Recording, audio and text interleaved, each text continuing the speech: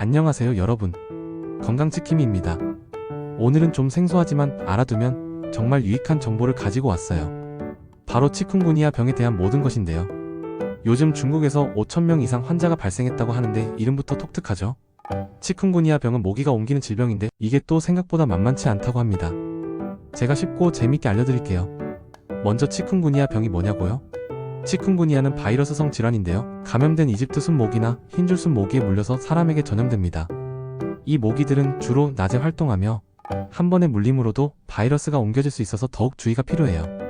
특히 이 모기들은 도시 환경에서도 잘 번식하기 때문에 인구 밀집 지역에서 빠르게 퍼질 위험이 있습니다.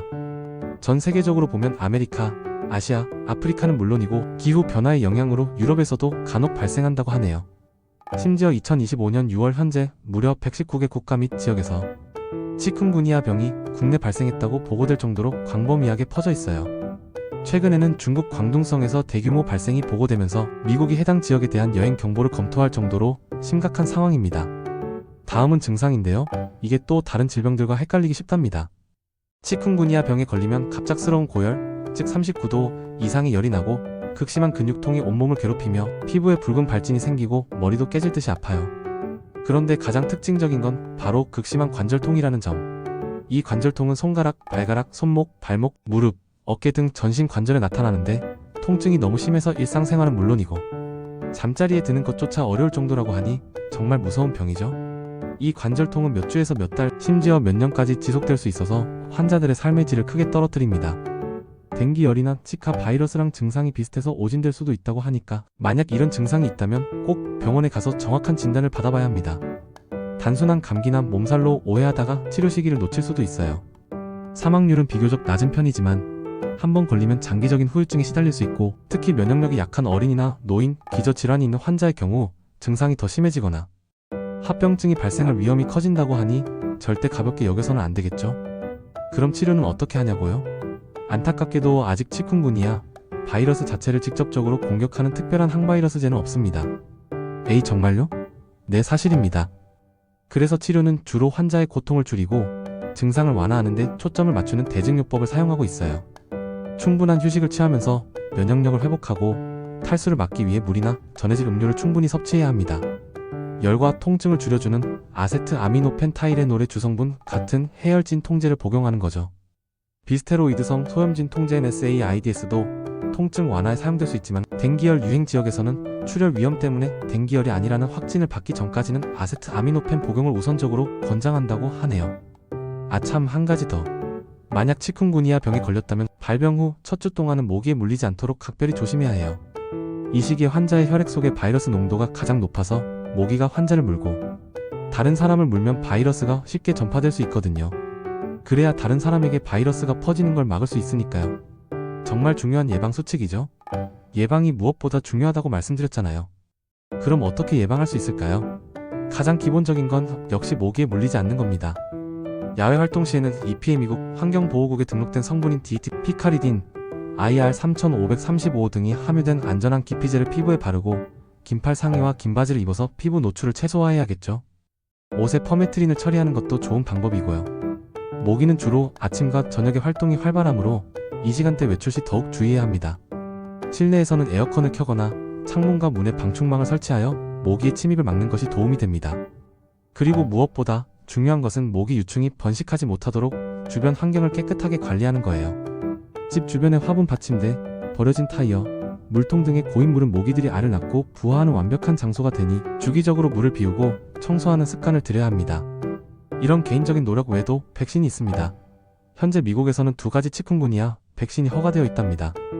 첫 번째는 프랑스의 발레바에서 개발한 생백신인 익스치큐인데요. 2023년 11월에 미국 FDA로부터 최초의 치쿤구니아 백신으로 승인을 받았고 18세 이상 성인에게 1회 접종으로 면역력을 부여합니다.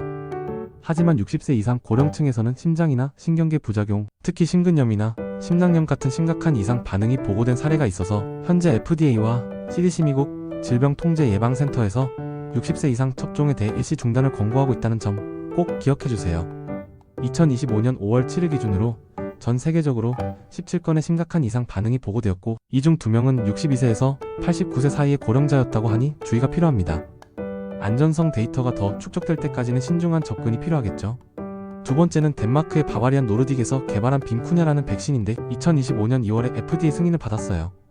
이 백신은 바이러스 유사 입자 VLP 백신으로 살아있는 바이러스를 사용하지 않고 바이러스의 껍데기 부분만을 이용하기 때문에 비교적 안전성이 높다고 평가됩니다. 12세 이상부터 접종이 가능하고 한 번만 맞아도 되는 단회 접종 방식이라 더욱 편리하답니다. 면역력이 약한 분들, 예를 들어 항암 치료 중이거나 자가면역 질환이 있는 분들에게도 비교적 안전하게 접종할 수 있다는 장점이 있습니다.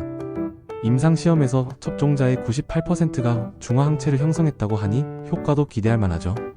그럼 누가 백신을 맞아야 할까요? 일반적으로 치쿤구니아병 발생 위험이 높은 지역으로 여행을 가거나 치쿤구니아 바이러스를 다루는 실험실에서 일하는 분들에게 백신 접종이 권고됩니다. 미국의 예방접종자문위원 ACIP는 빔쿠냐 백신을 치쿤구니아 유행 지역으로 여행하는 12세 이상 모든 사람들에게 적극 권장하고 있어요. 유행 지역이 아니더라도 치쿤구니아 위험이 높은 지역에서 6개월 이상 장기 체류할 경우에도 접종을 고려해볼 수 있습니다.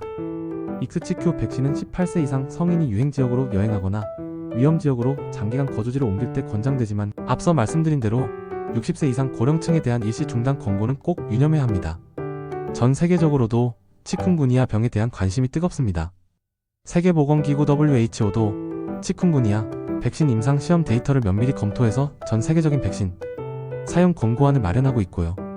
아프리카 연합은 2040년까지 자체적으로 백신을 60% 생산하는 것을 목표로 치쿤구니아 백신 제조에도 적극적으로 힘쓰고 있다고 해요.